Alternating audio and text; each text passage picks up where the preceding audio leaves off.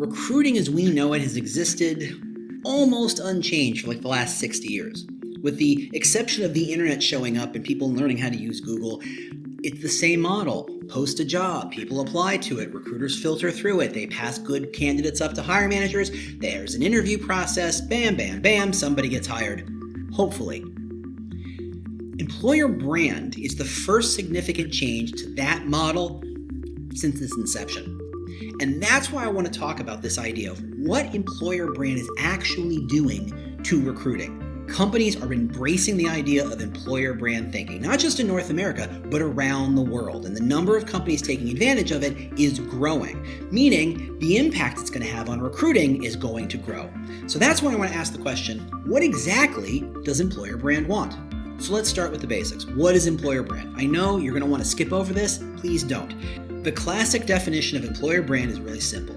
It's what an individual thinks it's like to work at your company based on all sorts of touch points and experiences. So that means every single experience and touch point a candidate has had with your brand impacts the employer brand. So if they bought the product and liked it, that's great. If they bought the product and hated it, that's not good. If they bought the product and contacted customer service and had a great outcome, that's great. If they bought the product, contacted customer service and had a rough time of it, that's not great. If they saw a news article that somebody inside the C-suite was suing somebody else for sexual harassment, not great. If they see a story about how your company is giving millions of dollars away to charity, that's good. If your recruiter is incredibly engaging, seems to understand what the candidate wants, seems to understand and have done a little bit of research about them, that's great. If the recruiter is a spammy bastard, not good. All of that stuff, even before the candidate starts looking for a job, impacts that impression. Now, as the candidate does start looking for a job, that impression gets deeper by what the recruiter does, by what they find on your career site, what they find on your social media, how you respond to reviews, all that stuff.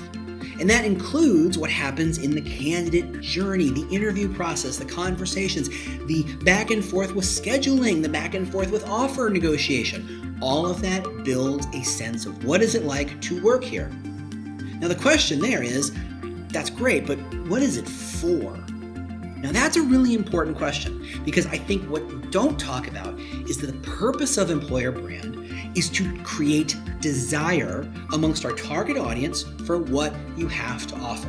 They should want what you offer. Not just the salary, not just the benefits, but they should want what makes your company special. They should want your differentiated value.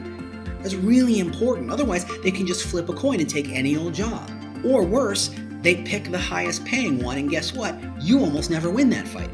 So you want to be crystal clear about the differentiated value you offer so that they can decide to choose you or not choose you. Either answer is right. Now that desire for working for you isn't abstract. It comes from clarity. It comes because they saw on your career site that you care about working moms, and they saw the news story about you building a daycare facility in the office and there's a mother's room. They saw the policy that says you do not offer just the bare minimum of family leave, but actually have a good amount of time for families to take off to take care of newborns or maybe even adopted kids. And that includes moms and dads.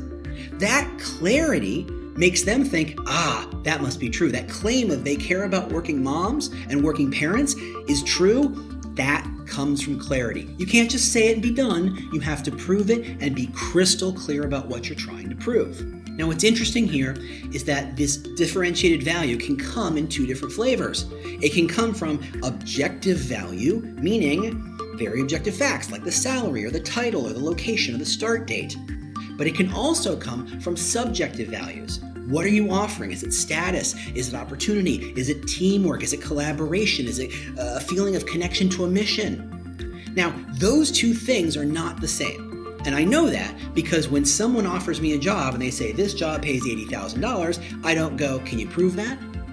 I know that if they say $80,000 on an offer letter, that's an objective fact. And if they don't pay me that, that's called fraud.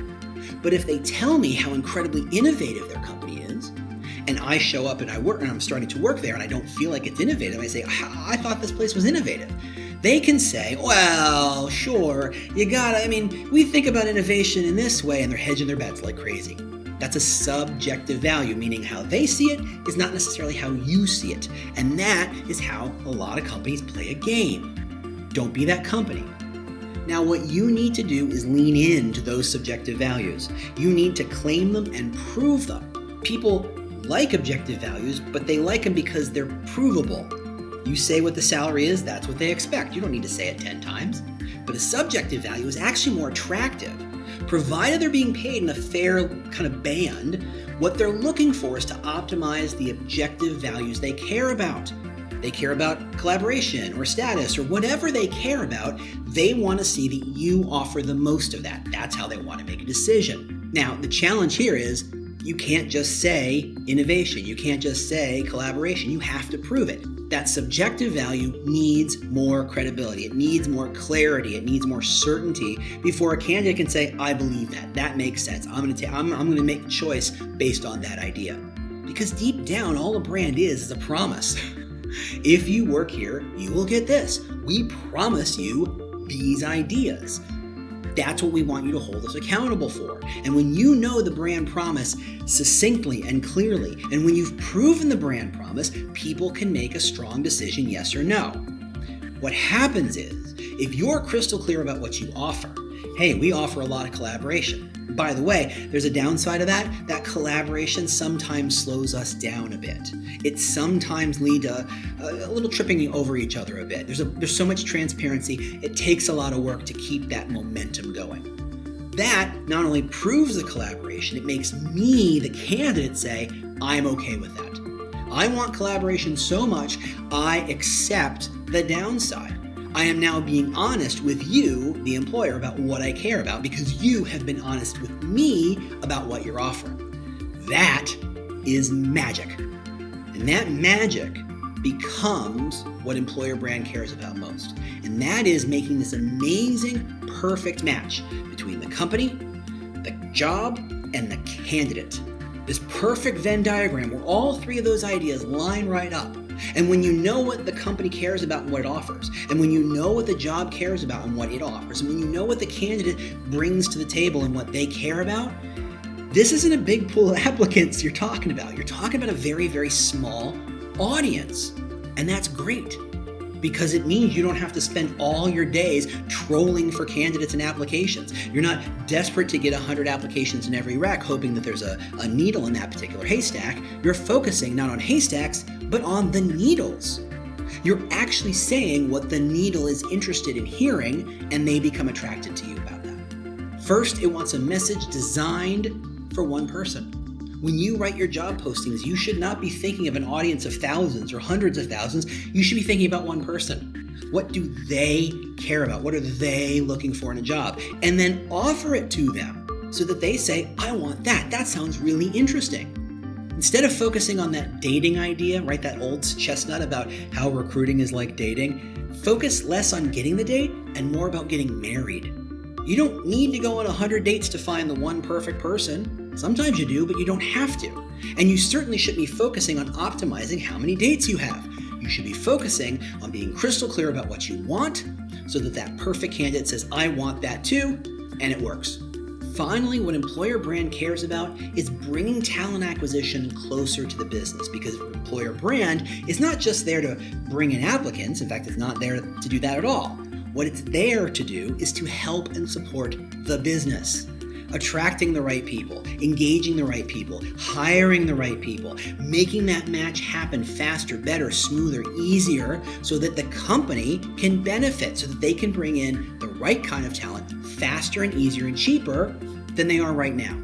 That's what employer brand wants, which is to say that in a strange way, what employer brand wants more than anything else is to fix a broken recruiting process, to upend the apple cart and say, no one likes this process. The hiring managers don't like it. The recruiters don't like it. The business doesn't like it. And certainly the candidates don't like it. And yet we persist. Employer branding is the lever that is going to change recruiting for the better.